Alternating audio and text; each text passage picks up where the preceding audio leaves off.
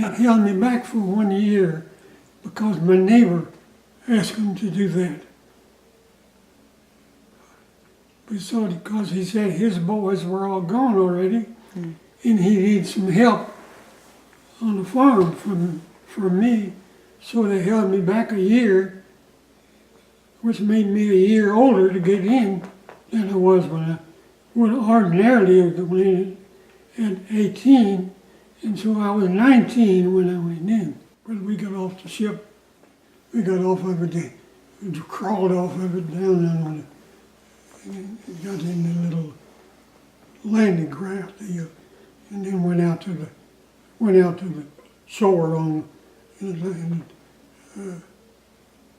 exactly where the others, ones ahead of us went. We got off the same landing right there. Although we didn't have people there shooting at us all the time like they did when they got across.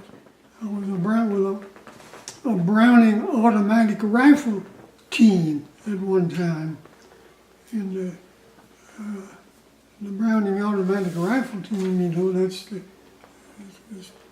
firepower, you know, they give you them because it was a three-man team is what they had. You had two men to carry the big automatic rifle. It was a big heavy thing, you know, and had to be automatic, you know, and then they had a little tripod with it that we had to rest it on. I wouldn't necessarily call safe, but we did our part, you know, that we were so old enough for. Let's put it that way. And when we had that, when I was in the automatic rifle team, we had our two scouts, we called them, ahead of us that went out and certainly took a look at what was ahead of us, what's going ahead of us. And of course the Germans had that 88, we called it, that shot those big deals, and not bullets now, the 88s they called them. They had shells, you know, not bullets. And so they fired them, and we said there, the first one that landed killed both of those guys that we sent out to check ahead, you know, and then they come down on top of us with it. And the sergeant was messing around with a little pistol that he shouldn't have had in the first place. He wasn't supposed to. We were already orders not to pick up anything like that, which he did. He had a little bitty old pistol he was playing with, and the first thing you know was bang. He shot me right through the groin here with that little pistol. And so there wasn't anything I could do but to stay around where I was. They kept me there, just laid me down on a plank of wood or something, for the rest of the night. And that's where I stayed there until the next day when they took me into the doctor, who got a hold of it.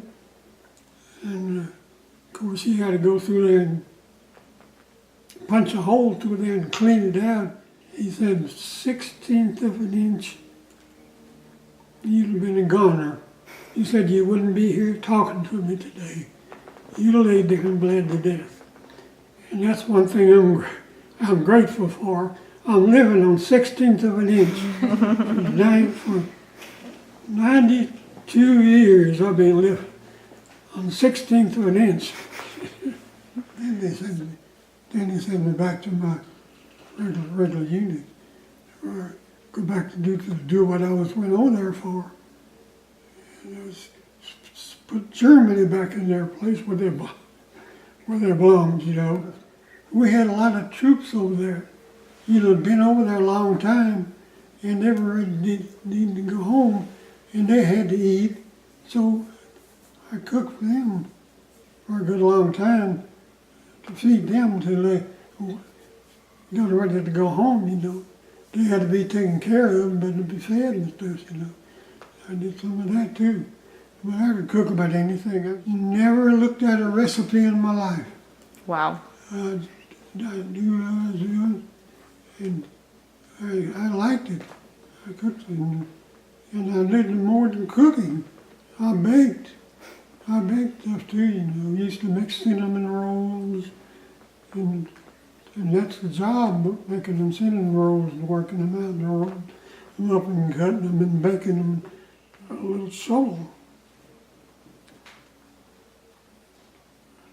About 18 inches long, that folded together, that they gave me, taking there with me.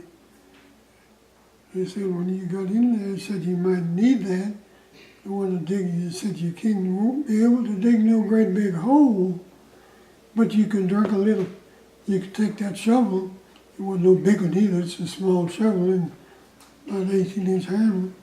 He said that you can take that to dig you out a little low place, not a big hole, but you can dig you out a little low place to kind of hide down into where some of those bullets, shells and stuff, shots would go over you.